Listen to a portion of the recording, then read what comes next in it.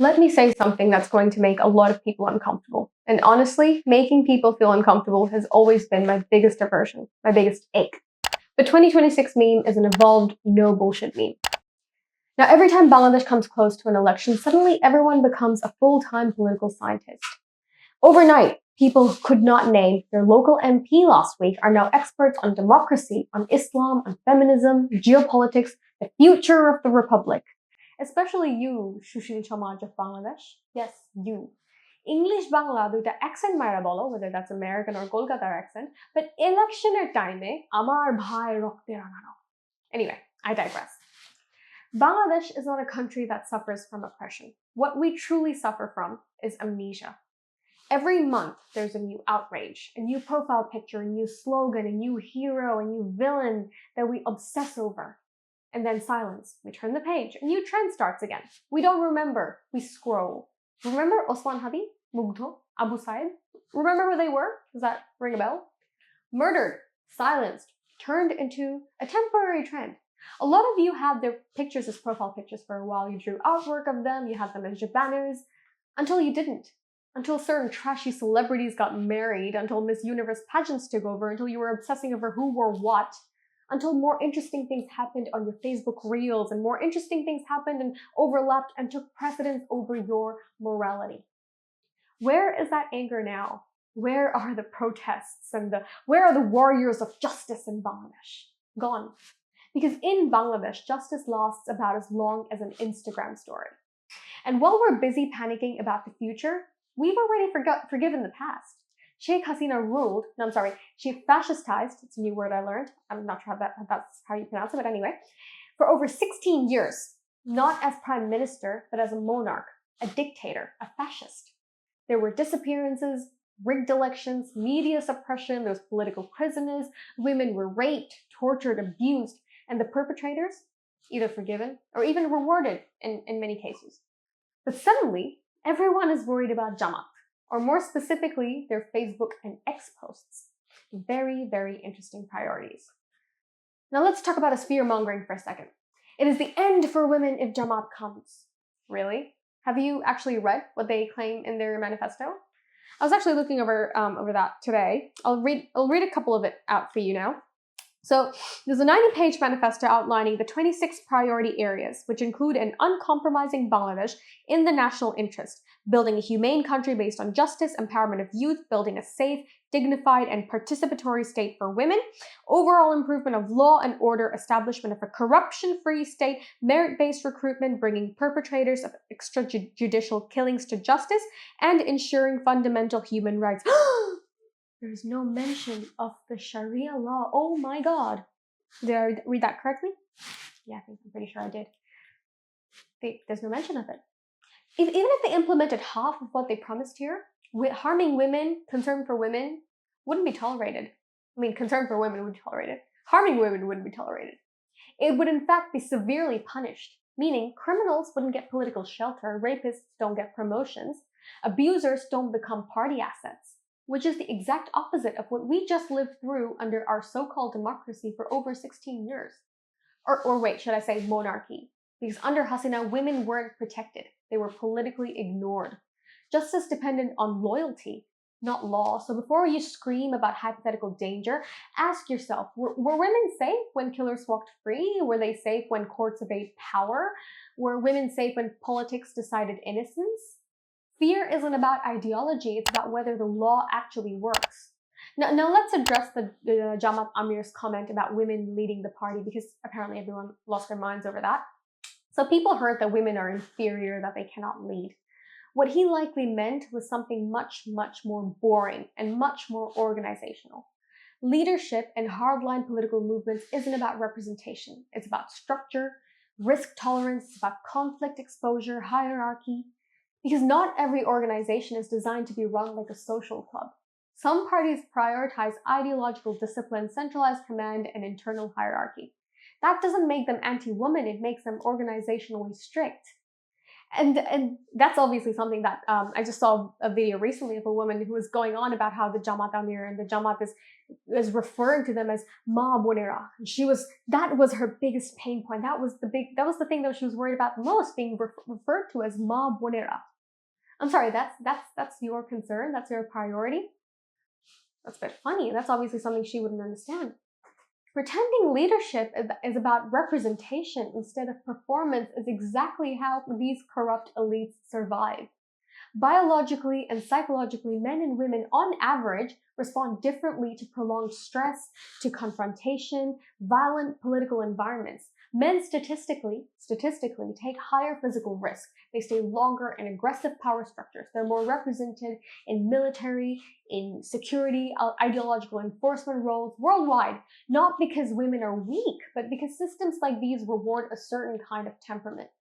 On average, men are far more likely than women to occupy high-risk, physically dangerous, confrontational, and high-stakes decision-making roles, and that's a pattern observed across labor markets and political leadership globally.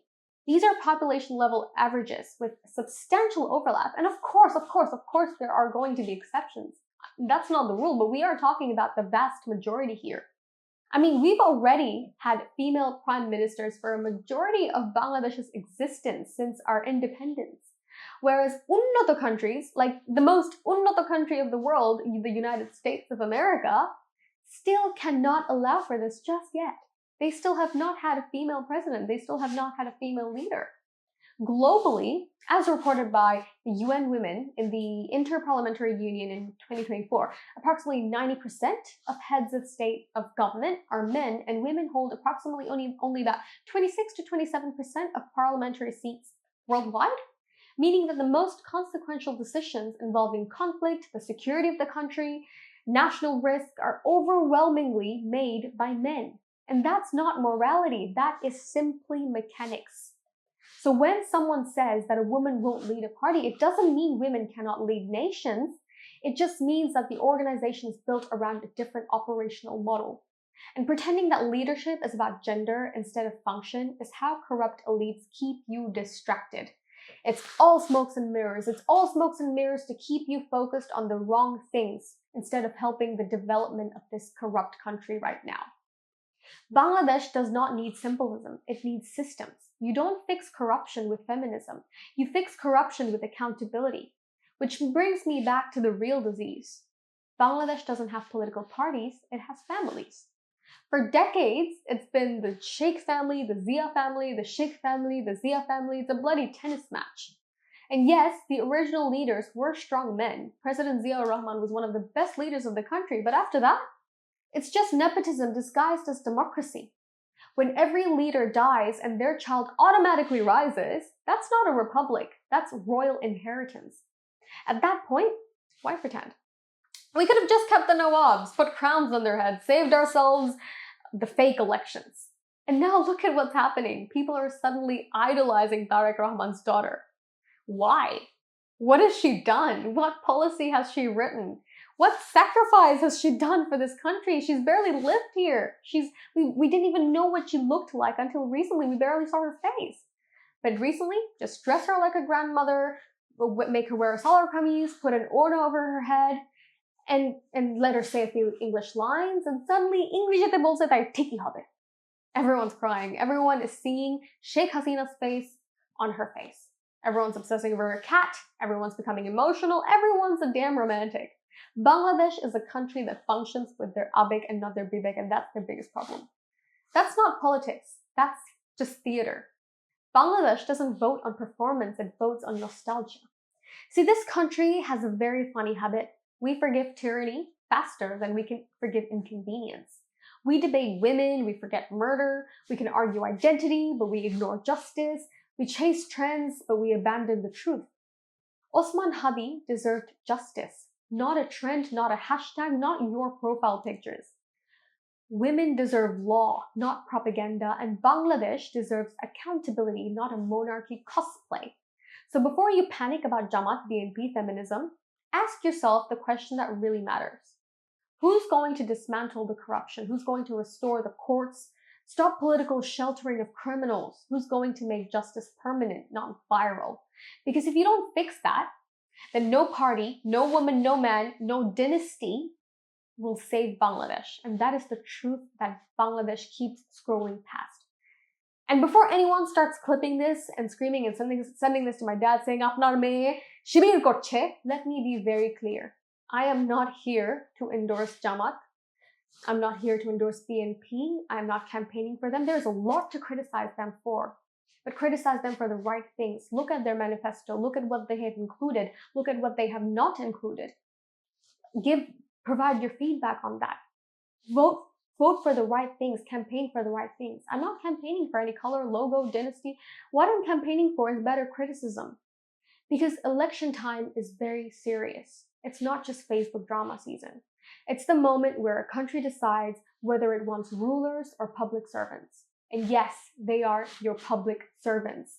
They're not queens, they're not kings, they're not celebrities, they're not bloodlines that you fetishize over. They are your servants, people you hire to work for you in this country.